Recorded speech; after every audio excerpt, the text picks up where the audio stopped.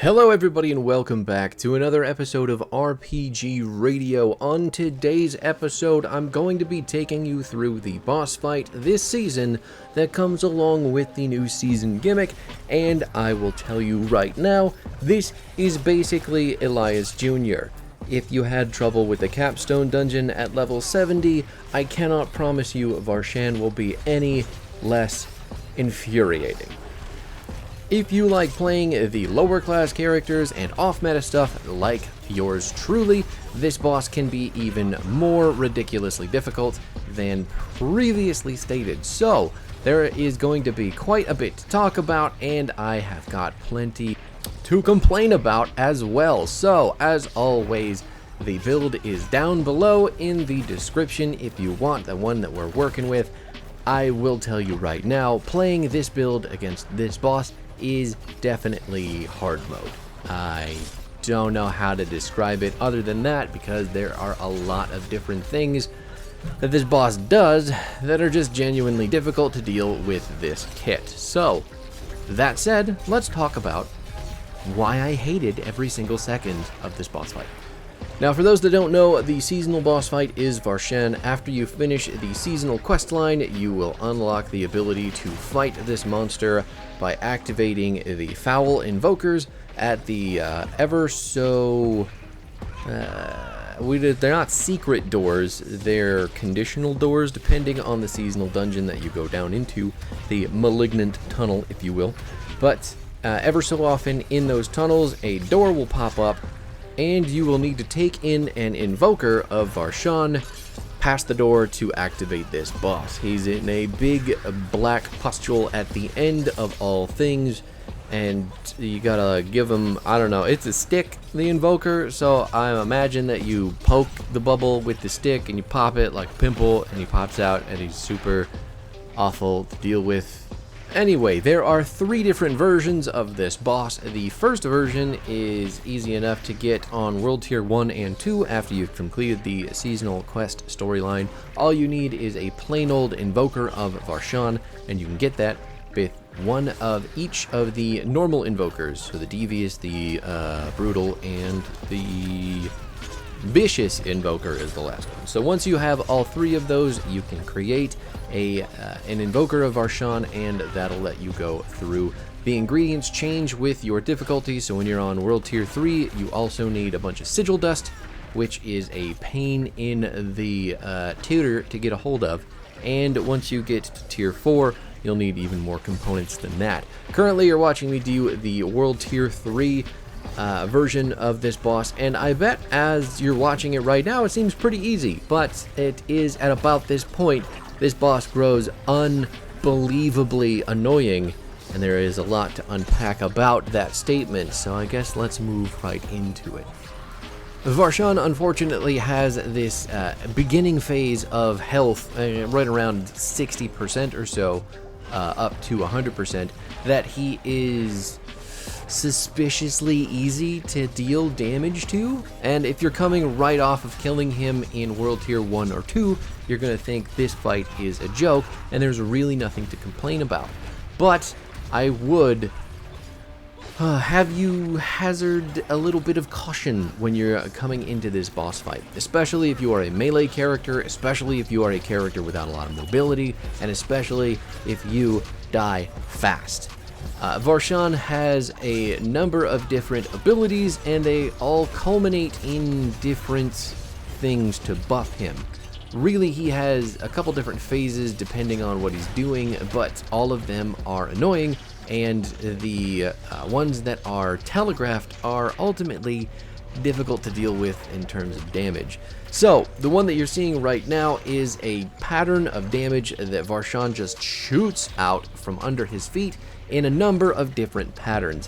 This pattern can be pretty difficult to dodge if you are not cranked up on the movement speed, have decent aim with your mouse. If you're using a controller, I am so sorry, I can only imagine it's even more difficult to dodge that damage if you are.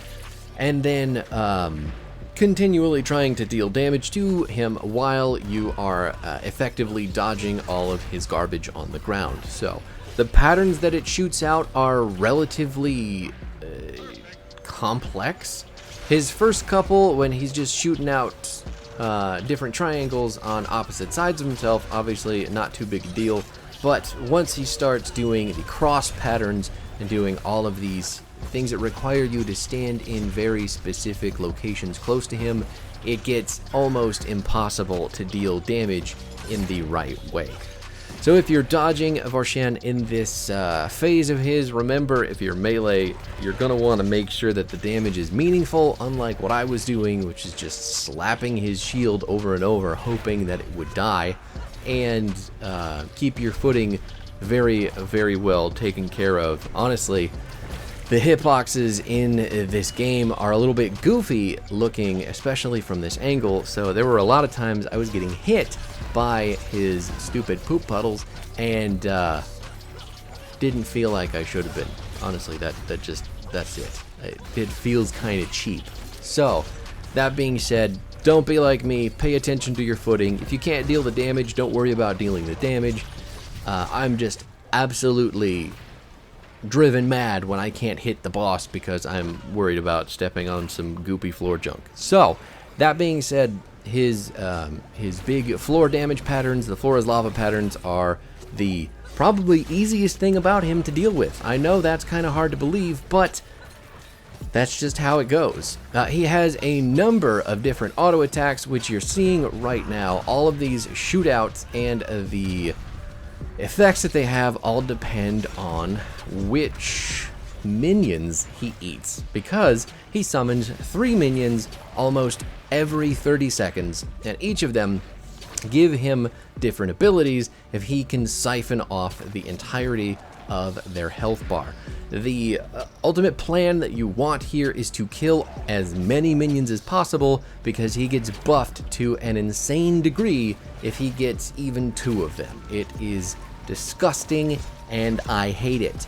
So one of the minions, if he eats it, he will get a shield that you can see he is still covered in right now, which is stupid. Another minion, if he kills it, he will be able to blind you with every single attack that he does. Now, I don't know about you ranged players out there, but when a melee character gets blinded, they're literally unable to do anything. And when I say anything, you can't even pick up potions when you are a melee character who has been blinded. Why that is, I'll never understand, because my feet are clearly standing on top of the potion bubble when I need it. So, I mean, I guess if we're calling it as real as possible, if you were blind, you'd probably be tripping and falling, so, you know, you wouldn't be able to pick up a potion.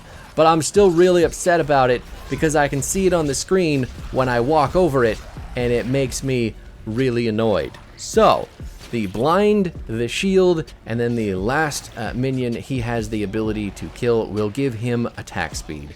And him having attack speed is worse than me having attack speed, honestly. I built my entire barbarian kit around attack speed, doing as much as possible, swinging as often as possible, and somehow Varshan is still making better use of it. So, if you are unfortunate enough to get a phase of Varshan where he has attack speed and blinds, it is almost impossible not to be blinded throughout that entire phase. So, if you see him kill the 2 minions that aren't shielded, your best bet is to just run away from him while he's got that going on, because he will blind you into not being able to deal any damage. He will do crazy amounts of damage to you while you are trying to dodge his stuff, and he will likely kill you because there's only so much running around in the circle that you can do while mashing your potion button before you die. So, again, it's incredibly important to kill his stupid minions, at least 2 of them, before he can eat them and get their buffs. If you manage to get the shield and the blind, minions dead before he can eat them, I think you're going to be in a pretty good position, because a lot of the time when he didn't have his shield up, it got much easier to deal damage to him, especially in the phase where he's just you know, ripping it all over the ground. He is stationary, and if you can do a couple decent dodges, you can dump a lot of damage right where it belongs. The other good news is that early on, he is very easy to stagger. If he's above that like 60% health mark, you can knock him down real quick, and you can make sure that he doesn't get to eat a lot of people. That being said, phase 1 is always the easy part, so don't worry too much about it. During the second phase of this boss fight as well, he isn't just going to be dealing more damage and being more aggressive.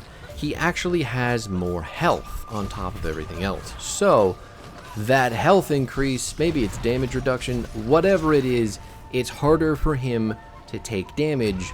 So obviously the fight just extends into the universe, and you're not really sure if it's ever going to end. This experience may vary with people who have necromancers, with people who have sorks or rogues, but I think if you're playing barbarian or a druid, at least a melee or a transformation druid, you are going to have a bad time. This character is not friendly to melee characters, and I still don't understand why Blizzard sees so fit to make playing melee so incredibly unfun. But, that being said, it is doable. It is a patience game, and he does get his health back every single time that you die, so just try not to die a lot, and I'm sure it'll be completely manageable. If you do die a lot, don't get super discouraged. You don't have to continually spend new invokers to come back here. The game will let you continue from where you were. But that's it for me, everybody. Thanks so much for hanging out. I'll catch you all next time.